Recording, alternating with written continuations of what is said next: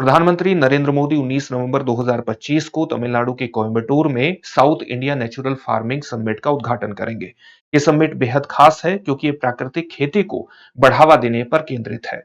प्राकृतिक खेती को बढ़ावा देकर के न केवल सतत कृषि की नींव डाली जा सकती है, बल्कि भविष्य में बेहतर स्वास्थ्य और बेहतर पर्यावरण संतुलन की भी एक नींव पड़ती है। जिस प्रकार से प्राकृतिक खेती बेहद ज्यादा महत्वपूर्ण है, उसी प्रकार से दृष्टि संस्थान का एक कोर्स भी, एक पहल भी आपके लिए बेहद महत्वपूर्ण है। और वो पहल है GS studio foundation live online course. आखिर क्या है ये GS studio foundation live online course? ये दृष्टि संस्थान की एक पहल है, एक विशिष्ट पहल है, जो दृष्टि संस्थान ने, आप जानते हैं कि पिछले वर्ष ही अपने सिल्वर जुबली वर्ष पूर्ण किए हैं।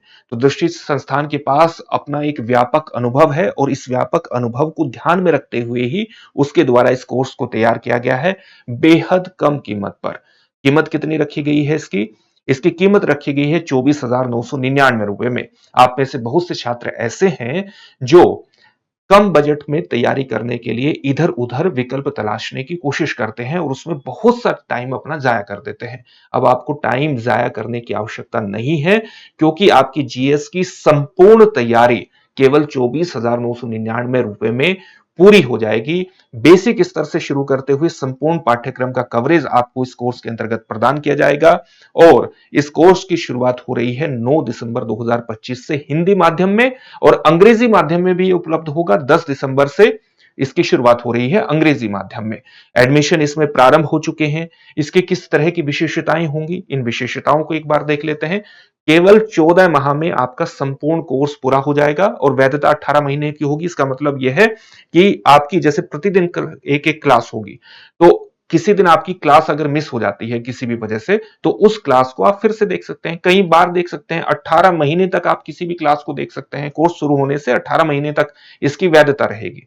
एक महत्वपूर्ण फीचर यह है कि 1250 प्लस घंटों की कक्षाएं इसमें आपको प्राप्त होगी। डॉक्टर विकास दिव्य कीर्ति के नेतृत्व में सर्वश्रेष्ठ अध्यापकों द्वारा अध्यापन आपको करवाया जाएगा।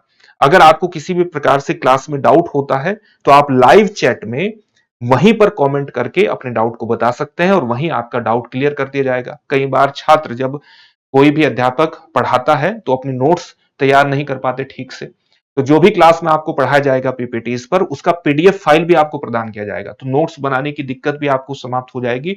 केवल आपको चीजें ठीक से देखनी है, चीजों को ठीक से समझने की कोशिश करनी है। इसके अलावा आपको देखिए कि प्रीलिम्स और मेंस के कुल मिलाकर के 18 क्लास टेस्ट भी आपके होंगे, यानी तैयारी का मूल्यांकन करना भी जरूरी है। तो उसके अंतर्गत 18 क्लास टेस्ट भी आपके होंगे और इसके अलावा आपको 10 कलर्ड जीएस बुकलेट्स भी प्रदान की जाएगी, जो अलग अलग विषयों से संबंधित होंगी, और 2 वर्षों तक करंट अफेयर्स क्लासेस का एक्सेस भी आपको प्रदान कर दिया जाएगा। तो इस प्रकार के इसके फीचर्स रखे गए हैं, महत्वपूर्ण फीचर्स हैं।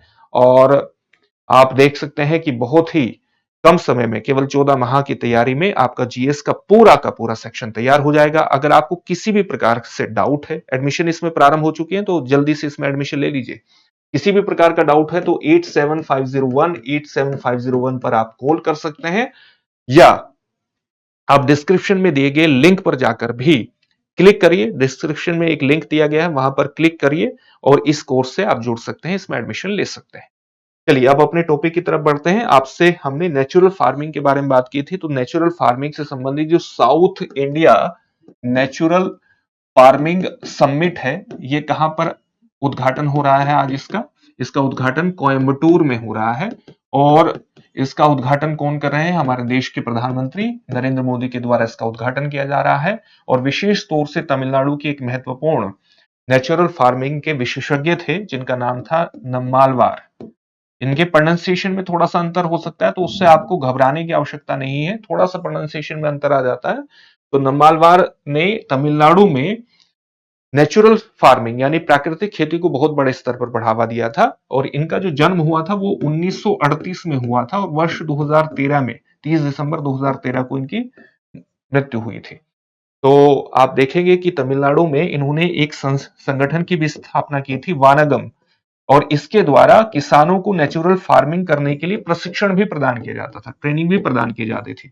जब हम नेचुरल फार्मिंग की बात करते हैं, तो नेचुरल फार्मिंग का मतलब क्या है? नेचुरल फार्मिंग की में कीटनाशकों का जो कीटनाशकों का बहुत बड़े स्तर पर इस्तेमाल बढ़ गया है और जो केमिकल रासायनिक उर्वरक हैं उनका इस्तेमाल नहीं किया जाता। अगर इस्तेमाल भी किया जाता है तो बेहद बेहद सीमित मात्रा में, न के बराबर इस्तेमाल किया जाता है या बिल्कुल भी इस्तेमाल नहीं किया जाता है, बल्कि प्राकृतिक तरीके से जमीन की उर्वरता को बनाए रखने का प्रयास किया जाता है। प्राकृतिक तरीके से किस प्रकार से किया जाता है?